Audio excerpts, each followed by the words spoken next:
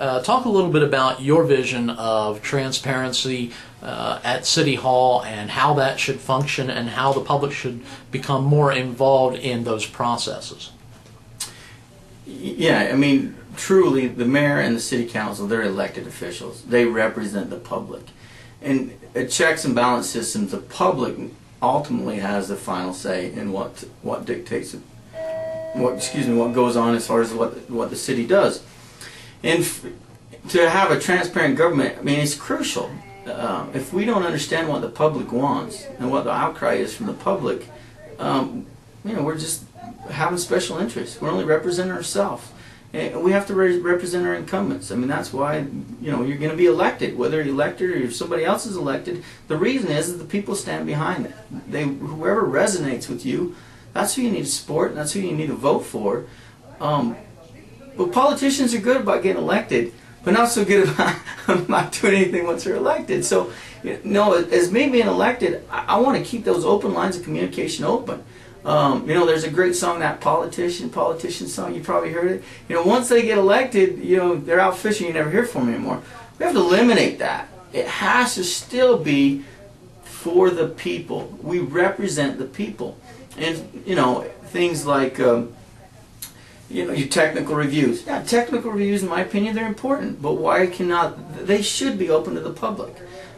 Behind closed doors is perception. We don't know what's going on. So sometimes the perception might be right, sometimes it's incorrect, but there's still a perception. You open it up to the public, guess what? Everyone knows what's going on in the meetings, and there's no secrets at all involved.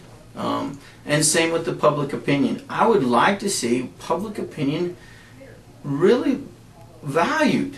And when public opinion is expressed, it's understood, it's valued, it's taken into consideration. Not just a check on the agenda that, oh yeah, we met public opinion, okay, now next, let's go on to what we were going to do.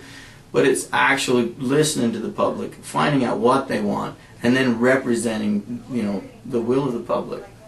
Well, one of the things that has become an issue, and it gets to this transparency issue somewhat, there have been times when the council is advised that they should not speak on a particular subject. For example, the issue of Tim Hacker's firing or being released. The issue is they can't really talk about that.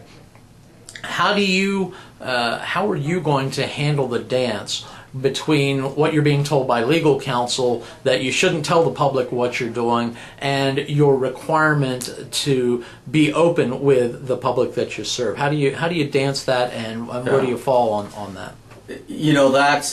I think you've premised that question really well as far as describing it as a dance, because sometimes that's what it's going to look like, or that's what it might be.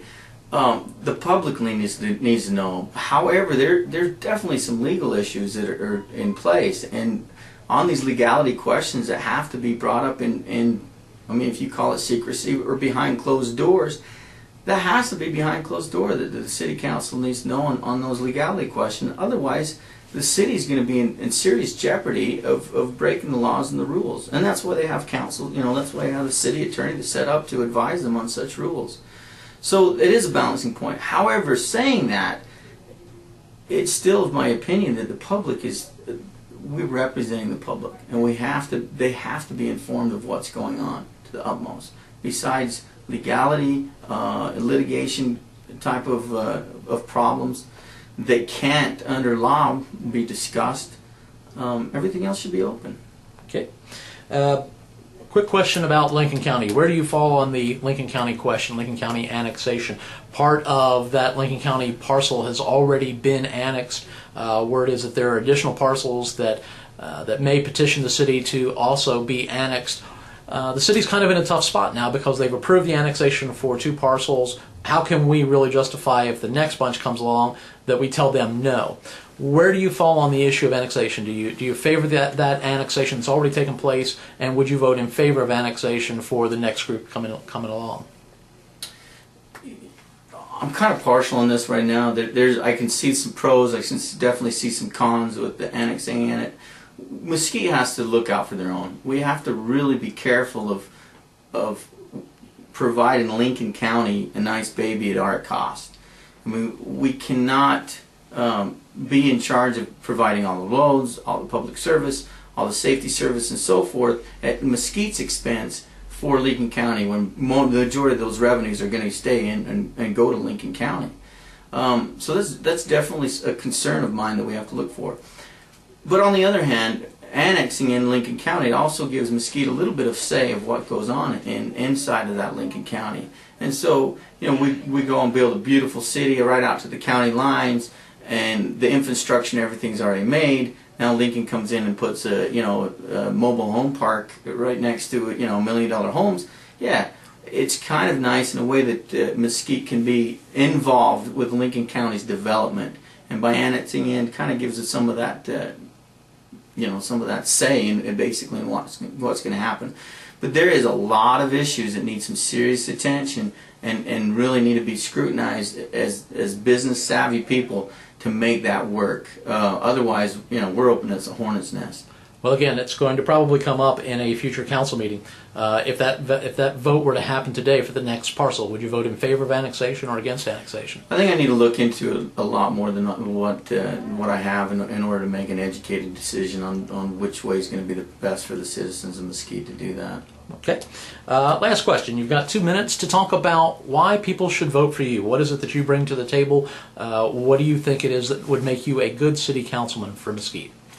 Well, I really don't have any special interest, baggage that's following me. I'm new to politicians. I don't feel that I am a politician. I'm a concerned citizen that felt that there was a need. I represent a demographic of a family man, a businessman, business owner. I've been an advocate for the city immensely. I want to continue to do that. There's been some decisions in the past that made, in my opinion, that haven't been business savvy.